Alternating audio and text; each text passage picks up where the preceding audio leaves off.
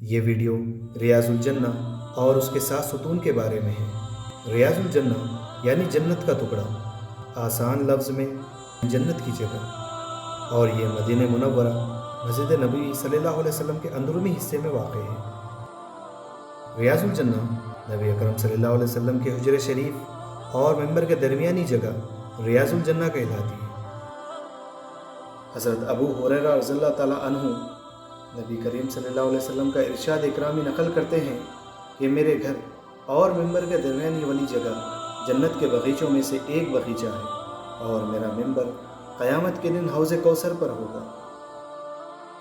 ریاض الجنہ کی نشاندہی کے لیے اس جگہ سبز رنگ کے قالین بچھائے گئے ہیں۔ 7 ستون، یوں تو مسجد نبوی صلی اللہ علیہ وسلم کا چپا چپا نور فشا ہے، مگر ریاض الجنہ کے وہ 7 ستون جنہیں سنگ مرمر کے کام اور سنہری مینا کاری سے نمایاں کر دیا گیا ہے، جو خاص طور پر قابل ذکر ہے۔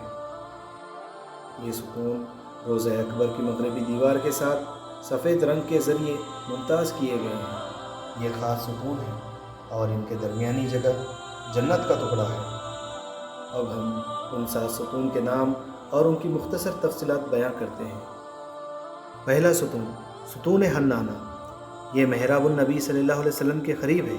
نبی اکرم صلی اللہ علیہ وسلم اس ستون کے پاس کھڑے ہو کر خطبہ ارشاد فرمایا کرتے تھے۔ یہیں وہ کھجور کا درخت دفن ہے جو لکڑی کا ممبر بن جانے کے بعد آپ صلی اللہ علیہ وسلم کی فراق میں بچوں کی طرح رویا تھا۔ دوسرا ستون، ستون عائشہ صدیقہ رضی اللہ تعالیٰ عنہا، ایک مرتبہ آپ صلی اللہ علیہ وسلم نے ارشاد فرمایا کہ میری مسجد میں ایک ایسی جگہ ہے کہ اگر لوگوں کو وہاں نماز پڑھنے کی فضیلت کا علم ہو جائے تو وہ خورا اندازی کرنے لگیں گے۔ اس جگہ کی نشاندہی ام المومنین حضرت عائشہ صدیقہ رضی اللہ تعالیٰ عنہا نے فرمائی تھی۔ تیسرا ستون، ستون ابو لبابہ، ایک صحابی حضرت ابو لبابہ رضی اللہ تعالیٰ عنہ کا قصور اس جگہ معاف ہوا تھا۔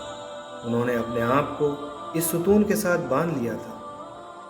چوتھا ستون، ستون وفود، اس جگہ نبی کریم صلی اللہ علیہ وسلم باہر سے آنے والے وفود سے ملاقات فرماتے تھے۔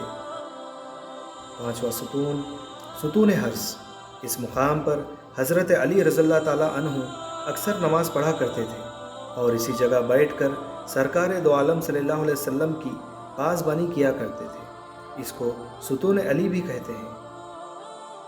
چھٹا ستون، ستون سریر، اس جگہ نبی کریم صلی اللہ علیہ وسلم اعتکاف فرمایا کرتے تھے اور رات کو یہیں آپ صلی اللہ علیہ وسلم کے لیے بستر بچھا دیا جاتا تھا۔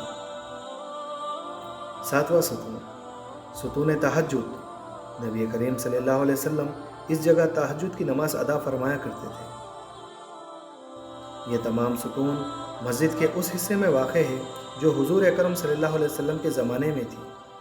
یہ وہ متبرک مقامات ہیں جہاں نبی کریم صلی اللہ علیہ وسلم کی نگاہ کرم بے شمار دفعہ متوجہ ہوئی۔